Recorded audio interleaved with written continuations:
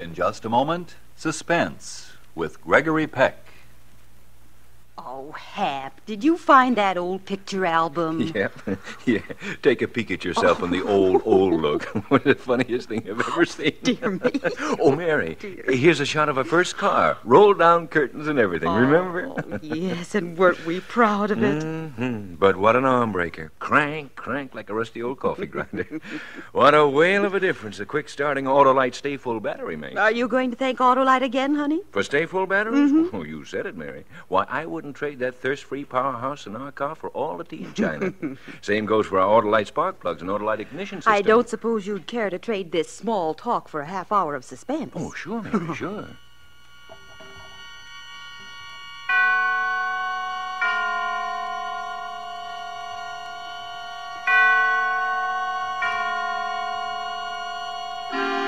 Suspense.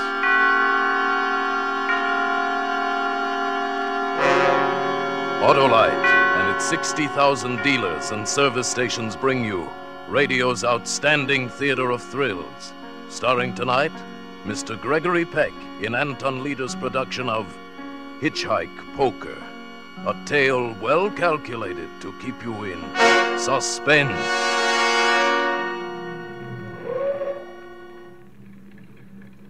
Want to ride, young fella? Oh, you bet. How far you going? Oh, hi? Well, hop in. Well, thanks.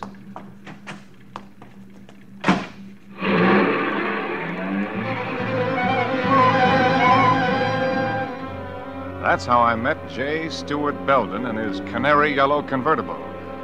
That's how I took the ride. I'll be a long time forgetting.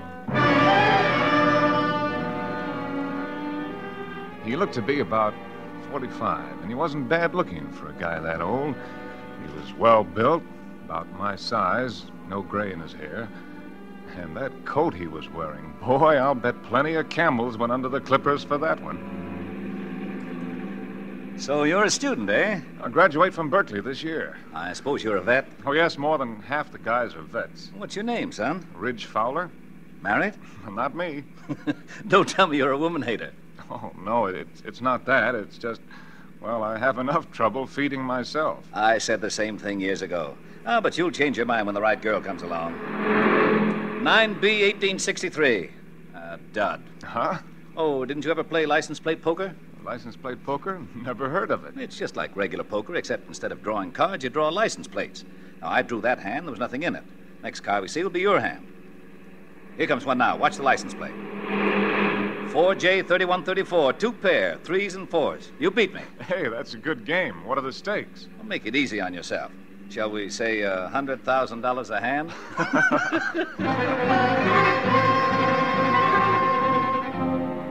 See what I mean? A good Joe. A lot of laughs and small talk. And all the time, that convertible eating the miles up. What a car. We practically flew through Salinas, San Luis Obispo, and Santa Maria. Well, son, what do you say to a hamburger? I know a little place in Santa Ynez where they make a hamburger that drips with royalty. Well, you got me sold. And on the side, French fried onion, shoestring potatoes, and the coldest beer in the world. Stop, you're killing me.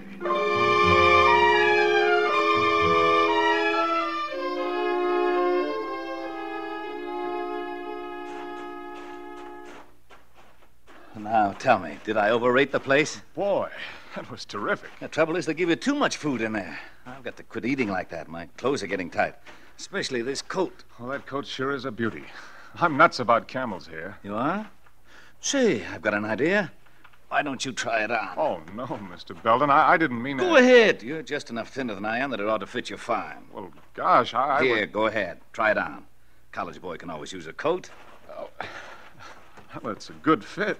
It was made for you. Well, I don't know what to say. That's a coat for a king. Well, I guess that makes you a monarch then, son, because it's your coat now. I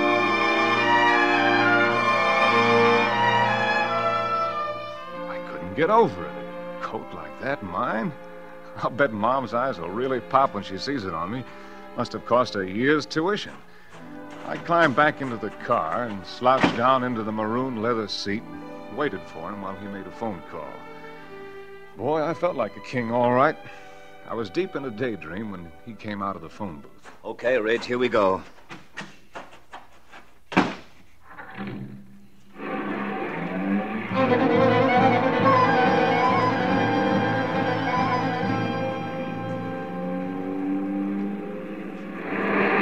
Hey, look, a straight.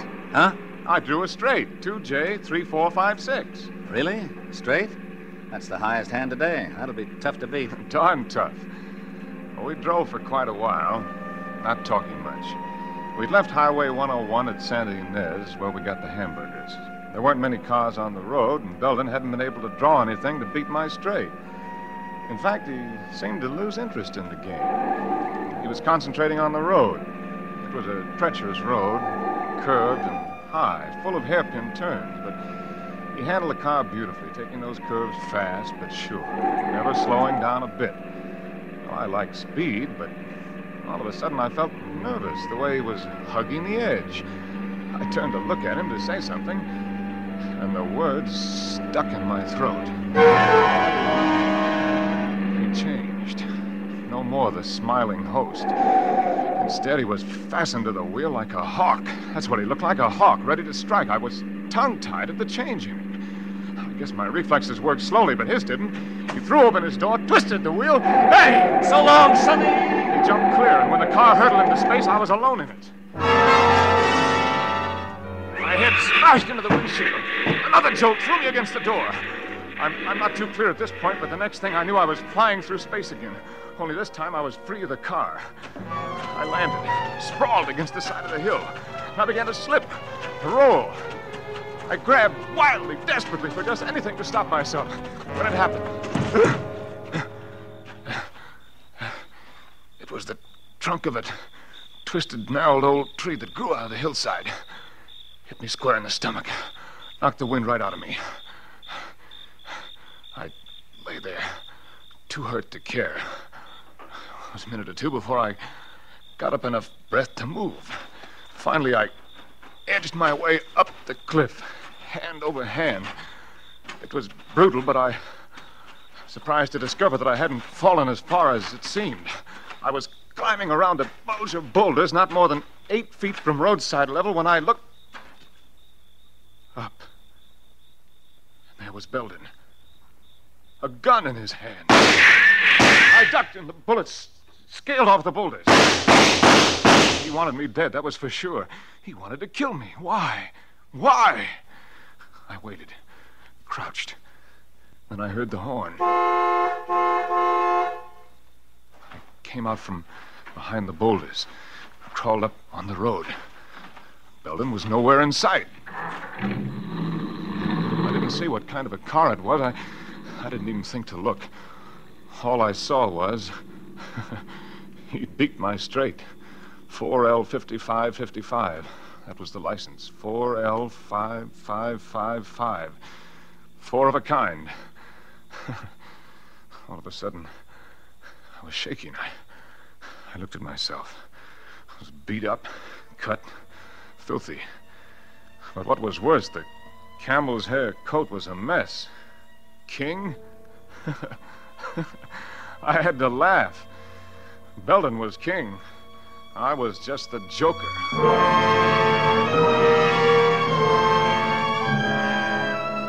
My back hurt, my head throbbed, and I ached all over.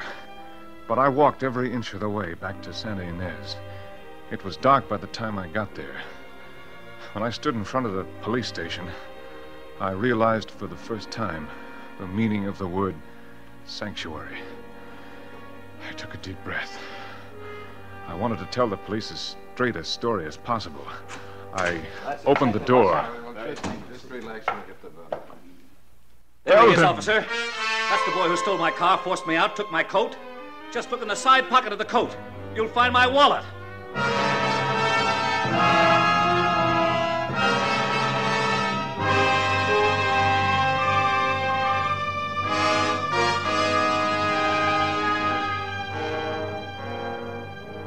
For Suspense, Autolite is bringing you Mr. Gregory Peck in radio's outstanding theater of thrills, Suspense.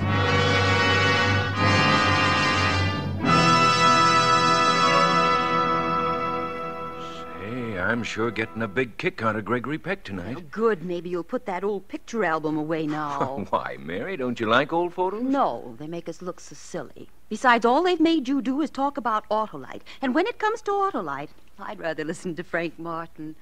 He really knows what he's talking about. Autolite new Stay Full batteries need water only 3 times a year in normal car use. This means less trouble and care for you.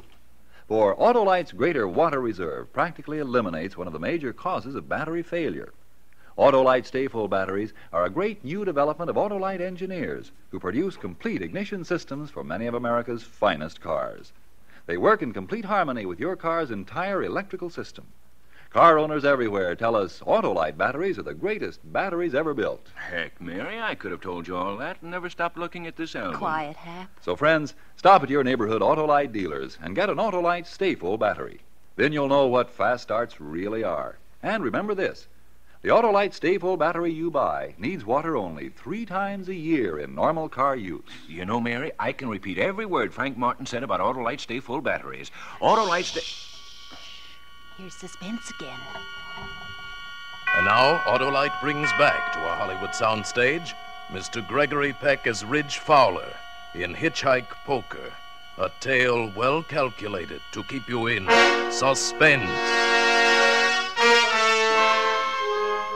This couldn't be. What was Belden doing here in the police station? What was he trying to pull? I knew even before I put my hand in the coat that Belden's wallet would be there. And I knew, too, that the police would never believe me, no matter what I said. I was trapped. The desk sergeant was waiting for me to talk, but my throat was dry, my tongue was paralyzed, my brain spinning. Well, what do you got to say for yourself? Oh, you don't understand, you see. He gave me the coat. I didn't know about the wallet. That the best you can do? But I tell you, he picked me up when I was hitchhiking. I was going home from school for the weekend. Then he forced me off the road. He tried to kill me. He shot at me. Sergeant, let the boy go. But, Mr. Belden... I've changed my mind. I don't intend to press charges. Well, this kid's crazy. Easy, Sergeant. He's a war veteran. Oh, I see. Oh, no. Lock me up, please. Don't believe him. Everyone is entitled to one mistake. Any boy who is big enough to come into the police station voluntarily, give himself up, deserves another chance. If I could have erased the memory of his face Would you when lock he him up, put twisted him that away? wheel and screamed, "So long, Sonny." All these benevolent words would have fooled me like they were fooling the desk sergeant.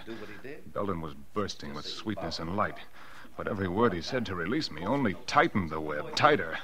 And I knew just as sure as I was standing there that he wasn't through with me. That walking out of that door would be like releasing the clay bird at a trap shoot. Well, it's up to you, Mr. Belden, if you're sure he won't cause any more trouble. I'm positive that after tonight, this young man will be no trouble to anyone. No trouble to anyone. After tonight, I had to get away from there. I had to run. Yeah, come on.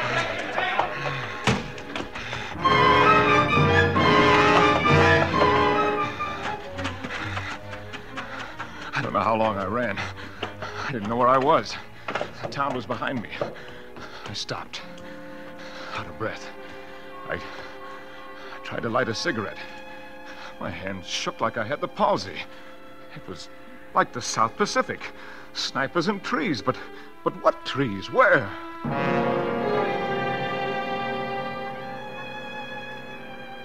Then I saw the bright, glaring neon ahead. Mac and Al's, one sign said, and Wayside Rest, Trucks Welcome, the other. Just a dinky service station and a lunch wagon, but it was an oasis to me. Howdy.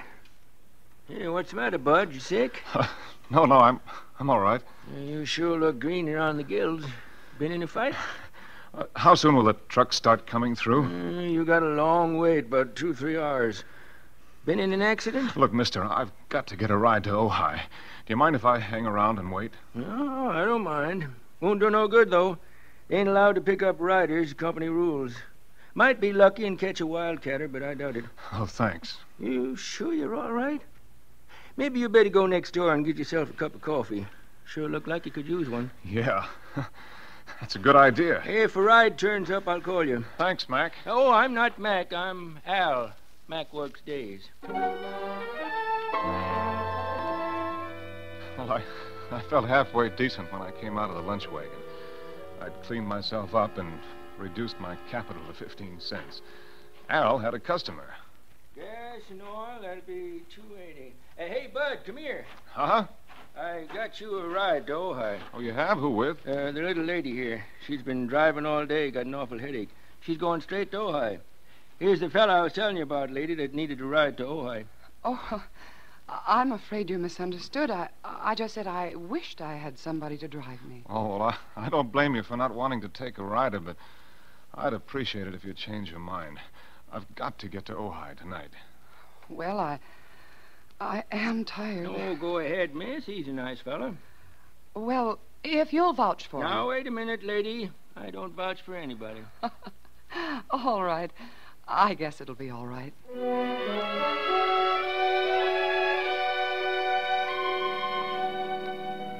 It was a pleasure to drive for her.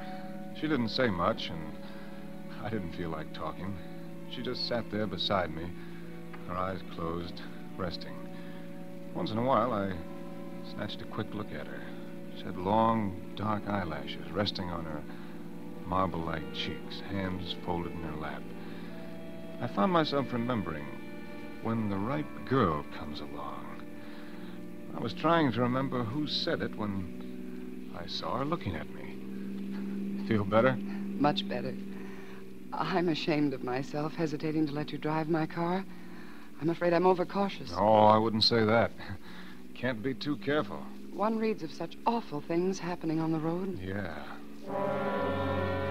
Awful things.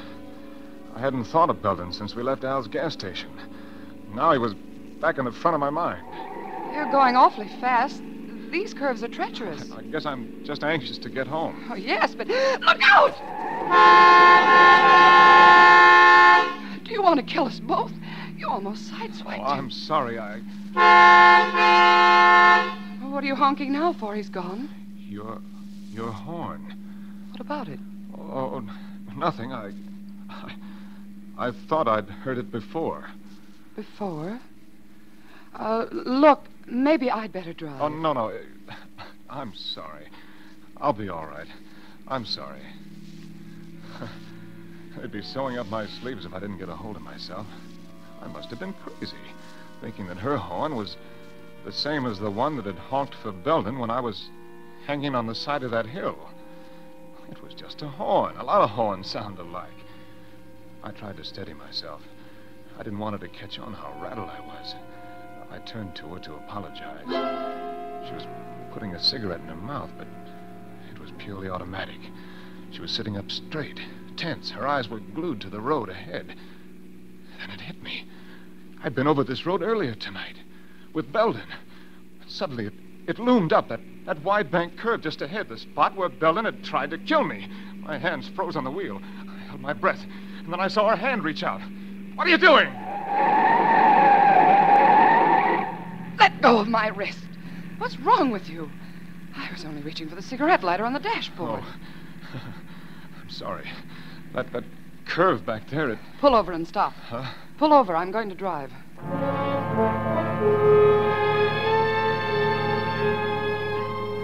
She drove about a mile, I guess. Neither one of us said anything.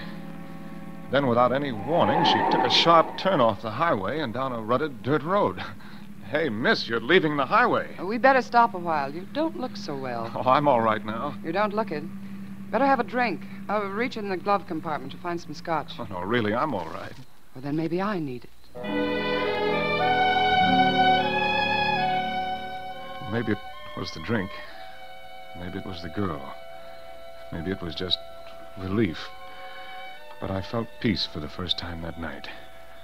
I watched her inhale. The glow from the cigarette lit up her high cheekbones. I couldn't see her eyes until she turned her head. What's your name? Ridge. Mine's Virginia. Hi. Hi. You must think I'm pretty much of a jerk the way I've been acting. It's all right. Things like that happen to everybody. Yeah, I guess so. Look, I'm all right now. I could drive. What's your hurry? Well, I thought... What's the matter? Don't you like to sit here with me? Well, no, it's just that... I thought you were in a hurry. I'm not now. Are you? No, I'm in no hurry at all. She didn't seem to be moving. It was so gradual. I caught a trace of warm perfume in her hair. She smiled at me. One of those elusive smiles, half innocent, half... Her head touched my shoulder. I accepted the invitation. I like you, Ridge. I like you a lot. Yeah. You know, tonight back in the filling station, when I first saw you, What's the matter, Ridge? The miniature license tag on your key ring. Yes? 4L5555. Four of a kind. Four of a... You play license plate poker? I'm afraid so, Ridge. 4 5s. It's the license of the car that picked Belden up after he tried to kill me. That's right. Then you're in it with me, Sonny. I fell right out of the car, hard, my face buried in the dirt. I didn't black out, but it would have been much easier if I had. Only my mind functioned. Everything else seemed paralyzed. Well, you took your time getting here. I was delayed. You were supposed to be here waiting. What if I hadn't been able to keep him? Oh, I knew I could depend on you, darling, to detain him. What is that supposed to mean? Did you have to go as far as you did? Did you have to let him kiss you? Do you know a better way to keep a man on ice? Perfect wife, a little helpmate. Oh, shut up. Put him in the back seat. Now, just a moment, darling. I'm going to do it right this time. There'll be no slip-ups. You fool! Put that gun away. Why? Don't you realize if a bullet is found in the body, it won't be accidental death? You're always so right, aren't you, darling? Only because you're so stupid. Stupid, am I? Who planned this whole thing? You did, and badly. If you'd handled it right in the first place, his body would be burned up by now, along with the car. Now put him in the back. Belden's wife. But what... Why did they want to kill me? Why? Belden picked me up, threw me in the back of the car. Uh-huh. Hand me the wrench, Virginia. Stewart! This time, warm, black oblivion rushed over me. After a second, the pain was gone. And so was I.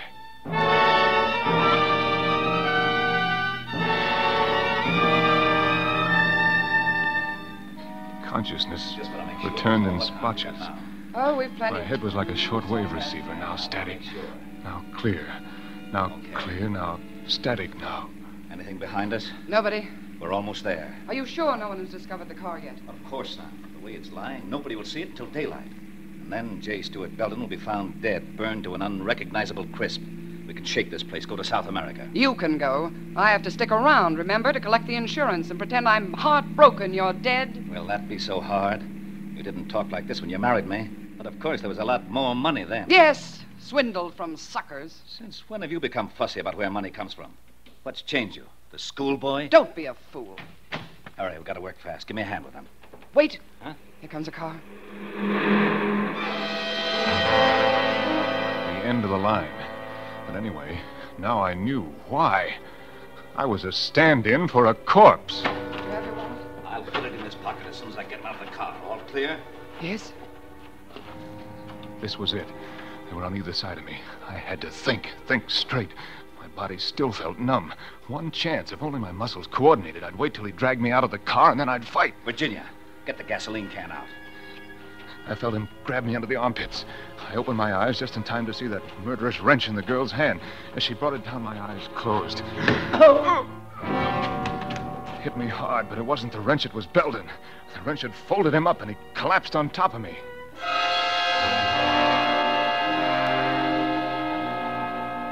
Every nerve in my body was alert now. I didn't know what would come next, but I was ready for it. She pulled Belden's body off me. She wasn't aware of me watching her. She was too busy dragging Belden over to the rim of the cliff. She was transfigured with hate. Well, Stuart, that's how you planned it. Accidental death! And then she kicked him, and he disappeared over the edge. I didn't wait to see any more. I crawled out of that car, and I started to run right down the middle of the road. She saw me. Wait! Stop! Wait, Ridge! But I kept right on going. I glanced back. She started the car. She was coming right at me. First, I thought she was just trying to catch up to me. Then I realized she was trying to run me down. She was trying to kill me. I was crossing to the left side of the road. She was right behind me. It was just a question of seconds, and suddenly, around the bend, a big truck. I was sandwiched between them.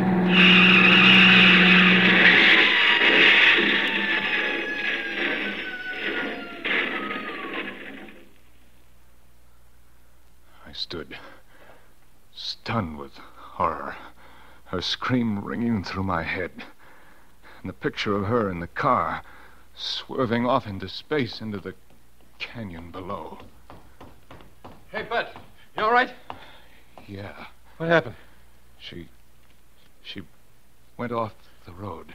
A crazy woman driver. We'll have to report it. Come on, I'll give you a ride into town. Do you hear me? Don't you want a ride? Yeah. Yeah. Sure. What are you staring at? Your license plate.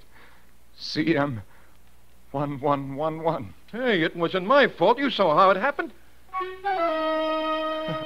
4 aces. 4 aces. I'd won. I'd taken the last hand. But as long as I live, I'll jump out of my skin whenever a car pulls up and a voice asks, Want a ride, young fella?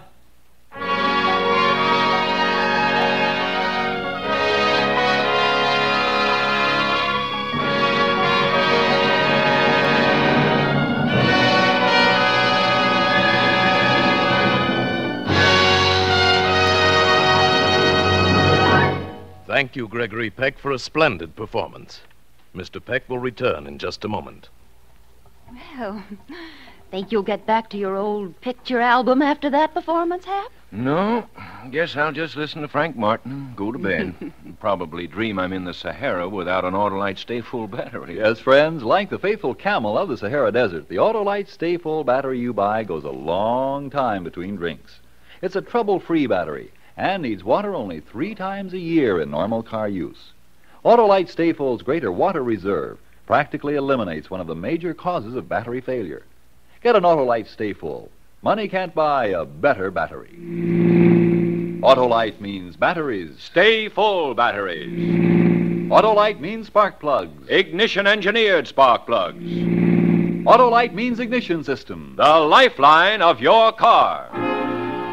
In its 26 nationwide plants, Autolite manufactures bumpers, die castings, horns, instruments and gauges, lights, ornamental plastics, and more than 400 other automotive, aviation, and marine products. All are famous the world over for their Autolite engineered dependability.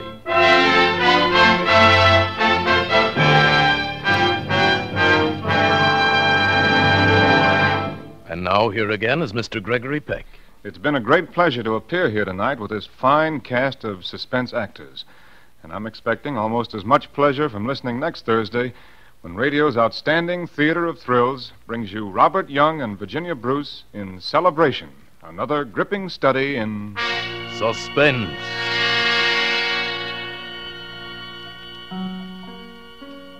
Gregory Peck may soon be seen starred in the 20th Century Fox production Yellow Sky. Ed Begley played the part of Belden, and Kay Brinker was Virginia. Tonight's suspense play was written by John and Gwen Bagney, with music composed by Lucian Morawick and conducted by Lud Gluskin. The entire production was under the direction of Anton M. Leader. In the coming weeks, Suspense will present such outstanding stars as Edward G. Robinson, Lucille Ball, Ray Milland, and John Garfield. Make it a point to listen each Thursday to Suspense, radio's outstanding theater of thrills. And next Thursday, same time, hear Robert Young and Virginia Bruce in Celebration. This is the Autolite Suspense Show. Attention, all men. Join the fighting outfit that defends America, the new National Guard. Good night. Switch to Autolite. This is CBS, the Columbia Broadcasting System.